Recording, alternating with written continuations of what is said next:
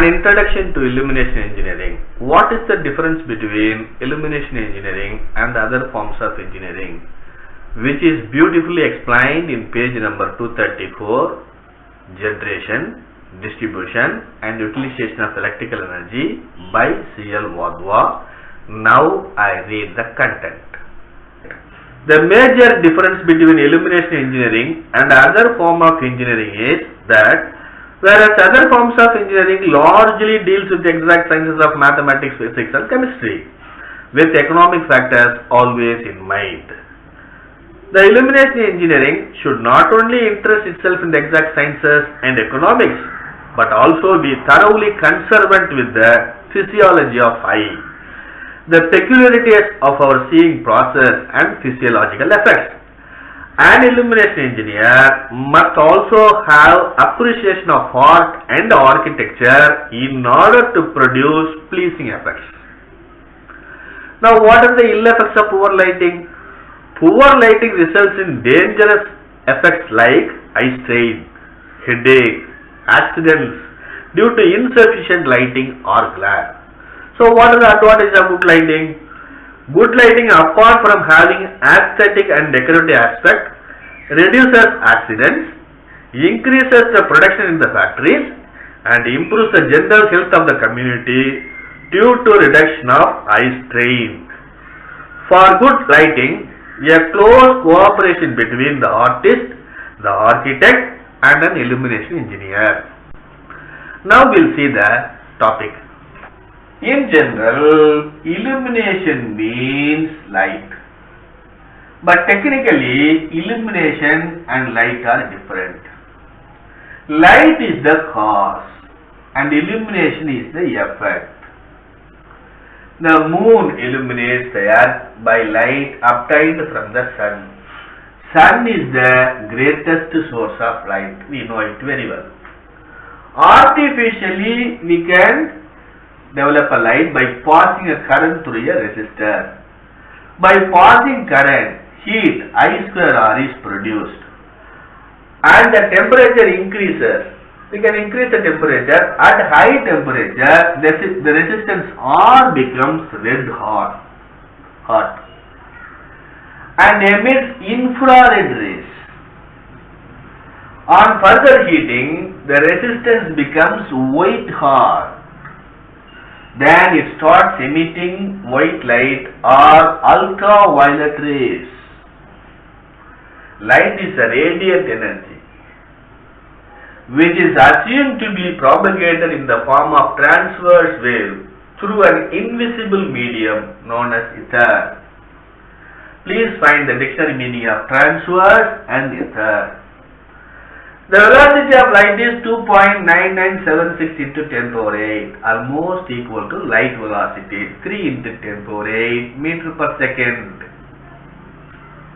Energy is radiated by the sun as electromagnetic waves, which of 99% have wavelength in the range of 0.2 to 0.4 micrometers.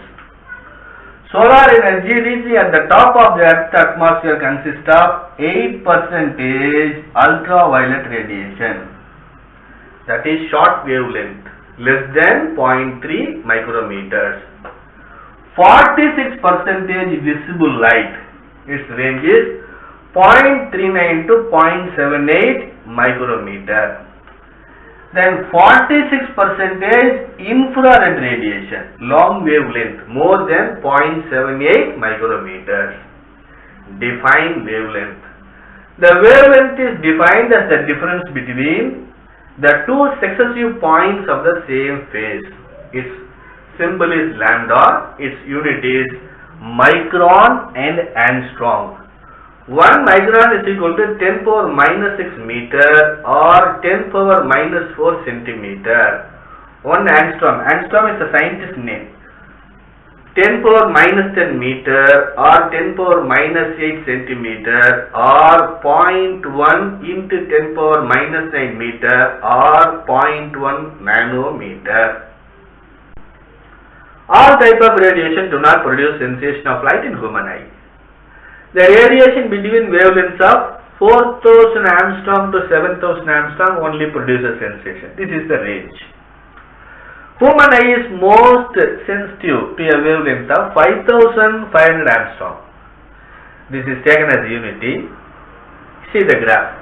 This is the x-axis wavelength and y-axis is sensitivity.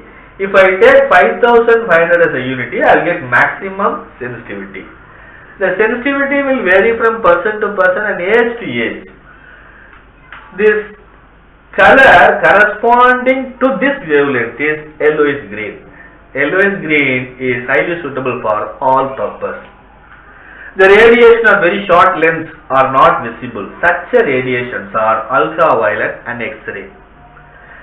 We know that velocity V is equal to frequency into lambda. Now we will see the frequency. X-ray frequency is 3 into 10 power 20. Ultraviolet 3 into 10 power 16. Light 3 into 10 power 14. Short wave, radio wave 3 into 10 power 10. Long wave, radio 3 into 10 power 2. Here the frequency 3 into 10 power 2 to 3 into 10 power 20. Corresponding its wavelength lambda is 10 power minus 10 X-ray. Ultraviolet 10 power minus 6. Light 10 power minus 4. And short wave 1. And long wave 10 power 8. Throughout the world we are using 3 colors traffic signals. One is yellow or amber, red and green. Why we are using? Please find the frequency and check the wavelength fall in between 4,000 and 7,000 Armstrong. You will know the reason. Now we will see the important definitions in illumination engineering. First is phase angle, theta. When two lines lying in the same plane meet at a point, the angle formed is called phase angle. Here A, B, C, the arc length is L, the radius is R. Therefore, theta is equal to arc by radius, that is L by R. It is measured in radians. The second term is solid angle, its symbol is omega. The angle subtended by an area at a point is called solid angle. Solid angle omega is equal to area enclosed divided by radius square. A divided by R square. It is measured in steradians. If we consider a sphere, solid angle subtended by a sphere at its center, its area enclosed is 4 pi R square divided by R square will get cancelled, 4 pi steradians. The third term is luminous flux. It is the rate of energy radiation in the form of light waves and is denoted by pi RF. Pi is equal to Q by T, where Q is the radiant energy, its unit is lumen. The fourth term is lumen. Its symbol is L suffix M. One lumen is defined as the luminous flux emitted by a source of candle power in a unit solid angle. That is, lumen is equal to candle power of source into solid angle, Cp into omega. The fifth term is candle power. It is defined as number of lumens emitted by a source per unit solid angle in a given direction. Candle power represents the light emitting capacity of a source. We know that lumen is equal to Cp into omega, therefore candle power is equal to lumen by solid angle, that is equal to Lm by omega. The sixth term is illumination E. It is defined as the luminous flux received by a source per unit area. Its unit is lux or meter candle.